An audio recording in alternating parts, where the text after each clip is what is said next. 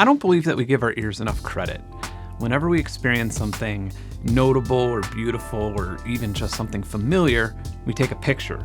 Some of us lug around DSLRs, and for everyone else, every smartphone's biggest annual sales pitch is its increased photo quality. But what about the eerie hum of the cool-looking neon sign outside of the gas station, or the joyous commotion at your daughter's wedding reception? As for natural landscapes, what about the wind howling through the trees, or a symphony of life that can easily be heard but not captured by a photograph? And don't get me wrong, I love photography, and it's been a major hobby of mine for decades, but I love capturing the sounds of environments even more. So plug in some speakers or put on some headphones and join me on Adventures in Ambience.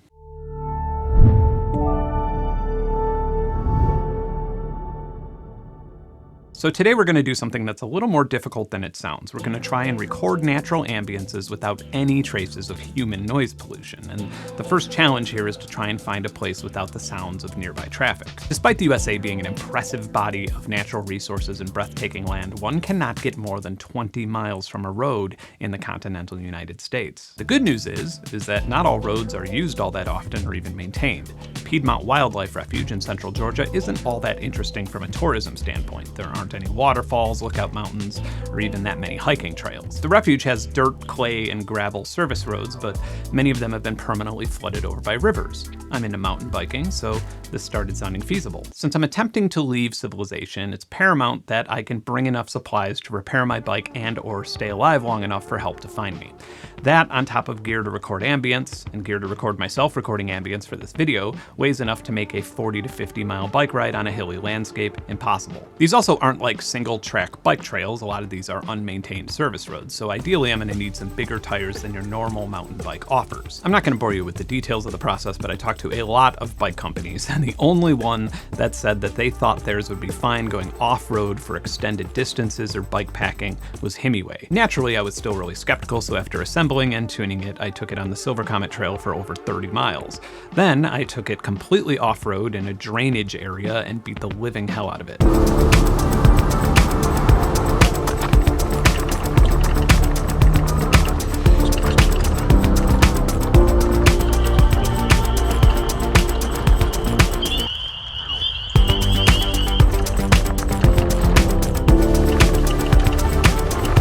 All right, it held up. Since I'm a big guy and I intended on packing gear and supplies, I wanted to play it safe and install a new chain and new brake pads. After a bit of light customization, we were ready to go. I'm really gonna hate having a camera mounted here. It's just so douchey. I'm really, really excited to turn up a preamp with headphones on and hear nature sounds without any sign of civilization in the audio. I think the reason I'm up right now worrying about this is because these roads and paths, they're not north to south or east to west. They're loopy and kind of sporadic. And if I think that I'm taking a right on a certain path here, but it turns out to actually be one like this, it'll loop me down, 6 miles out of my way. I am in central Georgia, and I stayed up pretty late dealing with the mapping stuff, and I ended up downloading an app that has some topographic maps that you could buy that works with the GPS on your phone. Other than that, I'm really, really tired. Well, I've been back there a long time ago. That ain't shit over there. That's just wilderness all down through here. But if you deviate from any of that, you're going to be in a maze of trail. See all them trails go through here? Yeah. And it's a lot longer than it looks.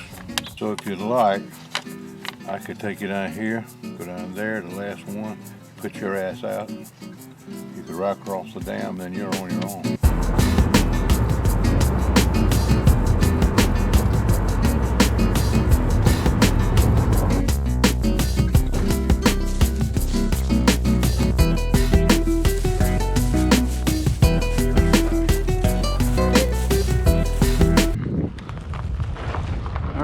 We're on the road.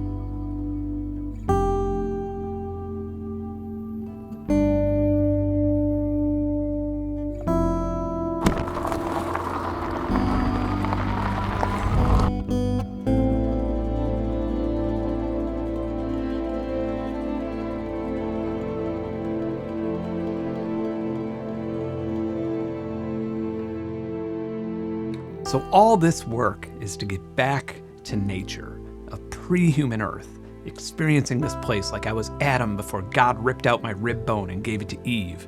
Pure, untouched planet Earth is not at all what this place is. So get this, Piedmont Wildlife Refuge is entirely man-made. This land was completely cleared by European settlers in the early 1800s who enjoyed the super profitable combo of slavery and land that could grow cotton. They liked profits so much that they didn't even bother to rotate the crops. But karma came a-knockin' and the South lost the Civil War along with the luxury of free labor. Karma also arrived in the form of the boll weevil, which happily decimated cotton crops, making them unprofitable.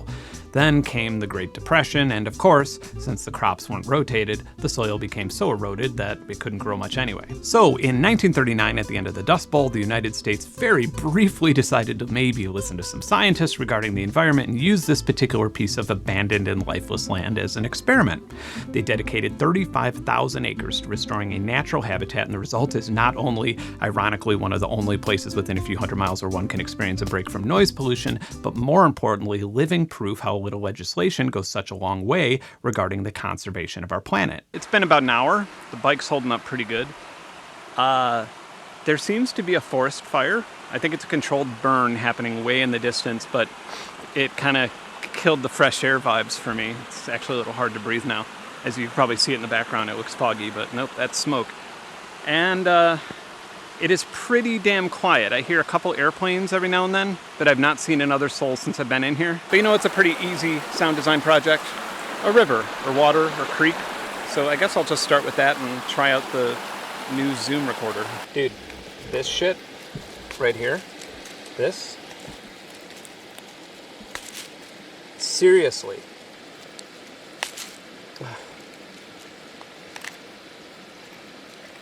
This needs to die in a fire.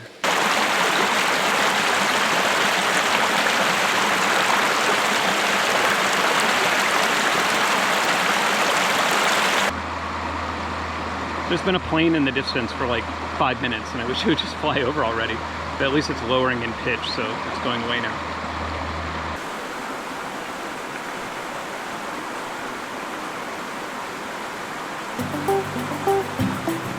This actually makes a sick kick drum.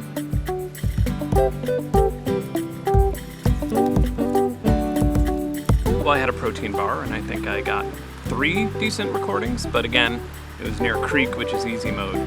So let's try and go further into the interior.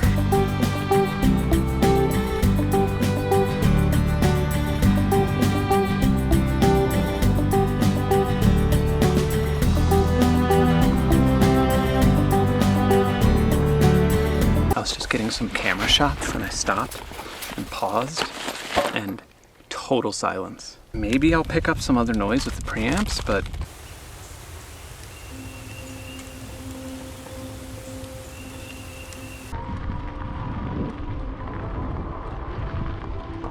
the grass is easier than this trail.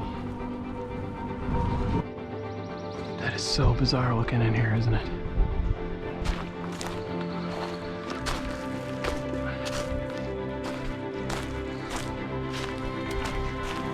It's glorious looking.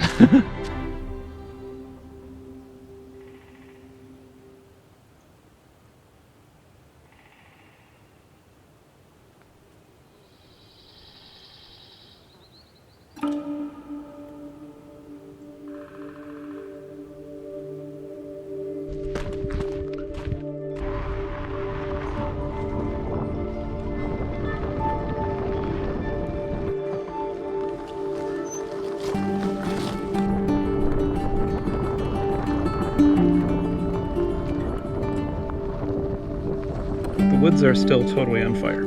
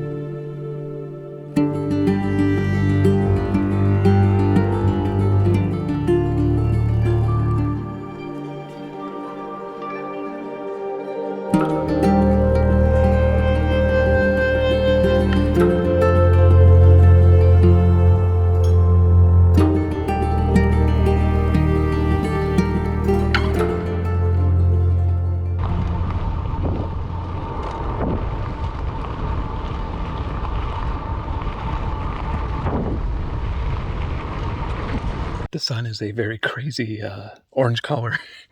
I think I'm out of the worst of it. Man, it zaps your fucking cardio to ride and smoke. Oh, it's gonna be thorny AF. All right. Maybe that woodpecker will start pecking again.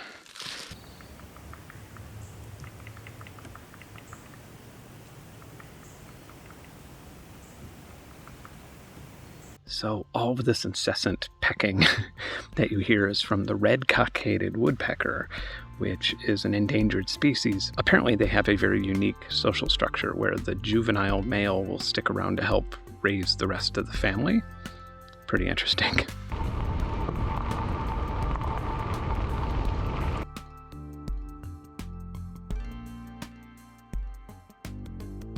It appears that I made it back to civilization.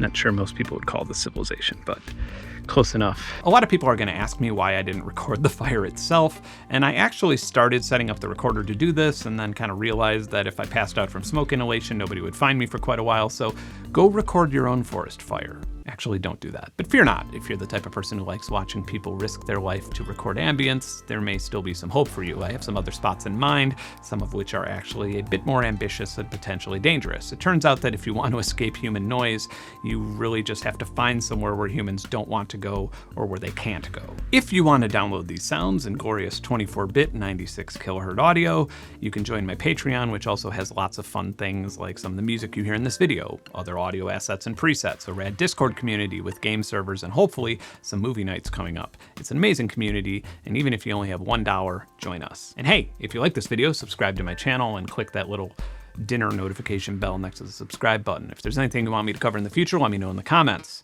I'll see you later. Bye.